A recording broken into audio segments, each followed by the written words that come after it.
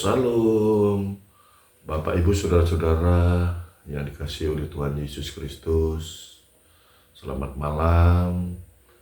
Doa dan harapan saya di tahun yang baru, tahun 2026 ini, Bapak Ibu Saudara-saudari semua dalam keadaan sehat dan sukacita dan selalu diberkati oleh Tuhan kita Yesus Kristus. Amin. Mari kita mempersiapkan diri kita untuk merenungkan firman Tuhan.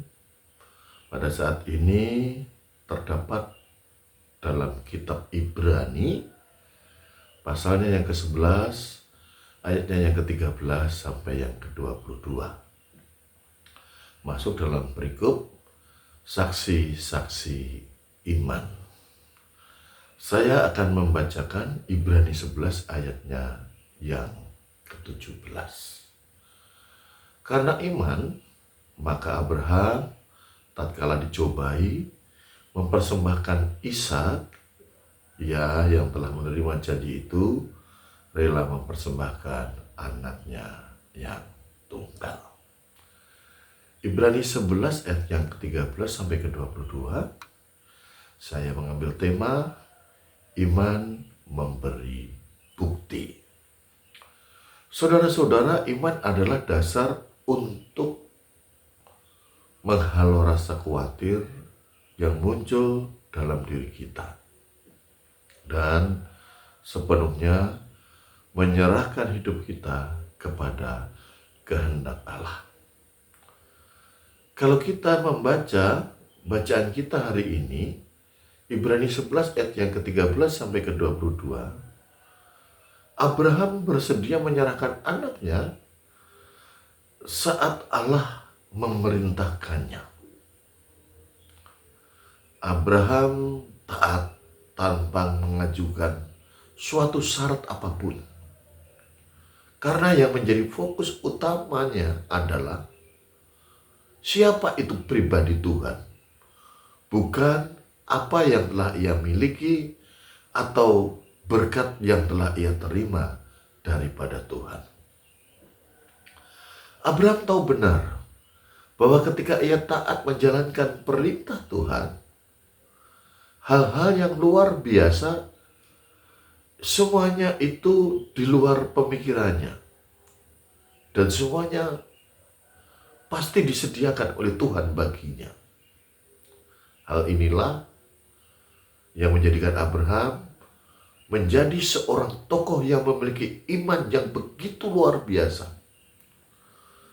Allah tidak membiarkan Abraham mengambil nyawa anaknya, bahkan sebaliknya Allah menjadikan keturunannya menjadi bangsa yang besar melalui Ishak anaknya itu. Begitu juga kalau kita melihat pada ayat yang selanjutnya, ayat yang ke-22 sampai ke-27. Keberanian Musa meninggalkan Mesir juga merupakan bentuk ketaatan mutlak kepada Allah. Jauh lebih besar dari apa yang ia telah terima di Mesir. Tindakan Musa dilihat dalam suatu pandangan baru sebagai penggenapan rencana Allah. Jika Musa hanya mempertahankan dalam zona nyamannya, maka pilihan tinggal di Mesir adalah pilihan yang masuk akal. Kalau dihitung-hitung lebih menguntungkan. Tetapi nyatanya Musa justru bertindak lain. Musa lebih mengikuti kehendak Allah sehingga semua hak istimewa sebagai pangeran Mesir dikesampingkan tanpa rasa sedih sama sekali. Hal ini ingin mengingatkan kita, saudara-saudara, hidup beriman sejatinya tidak berkutat dengan masalah kekinian, tetapi juga menyangkut masa depan yang akan dipersiapkan oleh Tuhan. Soal semacam ini tidak mudah kita cerna bagi kita sebagian orang Kristen. Cerita Abraham dan keturunannya, tapi memberikan bukti kepada kita bahwa Allah senantiasa memberikan kepastian bagi kita, dan Allah selalu menepati akan janji-janjinya. Langkah yang dipilih oleh Musa menjadi pemimpin besar bangsa Israel dan nabi yang dipakai Allah, ini adalah buktinya. Iman memampukan dan menolong kita untuk dapat melihat melampaui sistem nilai yang ada di dunia ini, untuk mengetahui nilai-nilai kekekalan yang Allah kehendaki di dalam hidup kita. Kiranya Tuhan memberkati kita, Tuhan memberkati firman-Nya. Amin.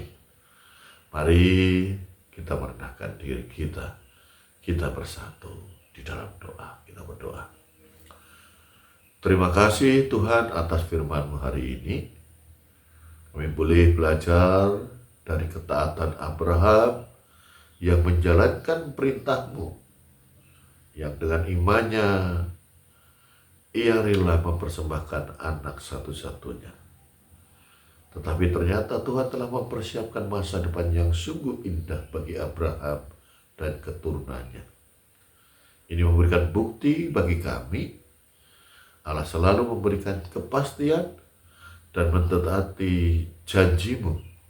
Untuk itu, ajarkan kami selalu hidup dalam ketaatan secara sungguh-sungguh dan hanyalah mengandalkan Engkau di dalam perjalanan hidup kami di tengah-tengah dunia ini. Di dalam nama Tuhan Yesus Kristus kami berdoa. Amin.